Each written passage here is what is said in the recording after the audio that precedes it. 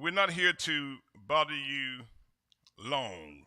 Certainly, we know it is Sunday, and some of you have already eaten, and you feel like lying down, and we're not going to belabor you from that. We call your attention now to the minor prophet of Haggai. Haggai in the Old Testament, chapter 1 and verse 13. Chapter 1 and verse 13.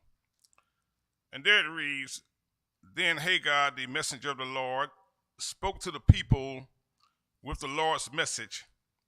I am with you, declares the Lord.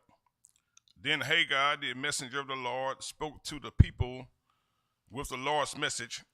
The temple that King Solomon had built in dedication to the Lord. He had built it with some of the finest timbers in the world. Folks to assist Solomon in building this temple, including the queen of Sheba came, and he built this temple, but as Jerusalem was sacked, everything was destroyed. It was burned down to ashes by Nebuchadnezzar and his men.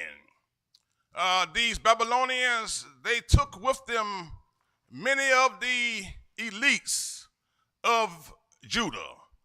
They took with them guys like Daniel and Hananiah and Mishael and Azariah, that is Belteshazzar, and those boys. They took them with them.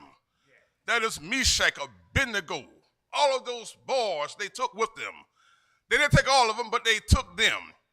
And as they took them, they asked them to bow down to them to sing a song. And the boy said, how shall we sing a song in a strange land? They would not bow down. And that's what we must do whenever we are in strange places. We must learn how not to bow down to that which we know is not right. If we know that it is not of the Lord, we must not bow down. We must hold our head up unto the Lord no matter what situation we find ourselves in. Yes, these group of Judaites were in a strange land, and they were sad because they were down on the luck. But I want to say to you on today that trouble don't last always. The Lord is still sitting high. The Lord keeps a watchful eye. And every now and then while you're in your trying situation, the Lord will send some help along the way. Somebody said that help is on the way. If we just tarry and hold on a little while. The old folks said, hold to God's unchanging hand.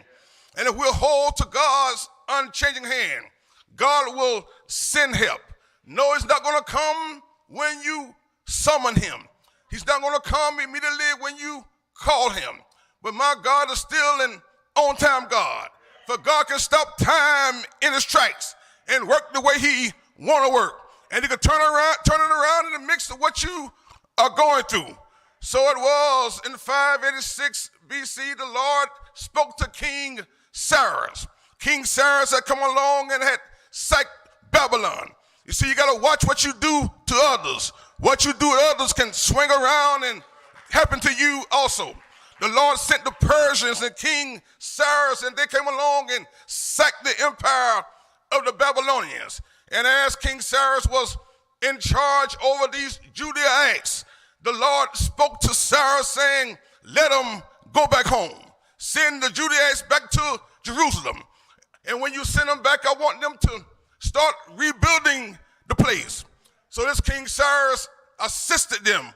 But when they got back home, what they're supposed to do. Sometimes we're people that forget from where we come.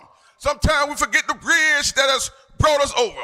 Sometimes we forget the help that has helped us along the way. But it's bad to be an ingrate. You ought to be glad about some things. You ought to think about how good God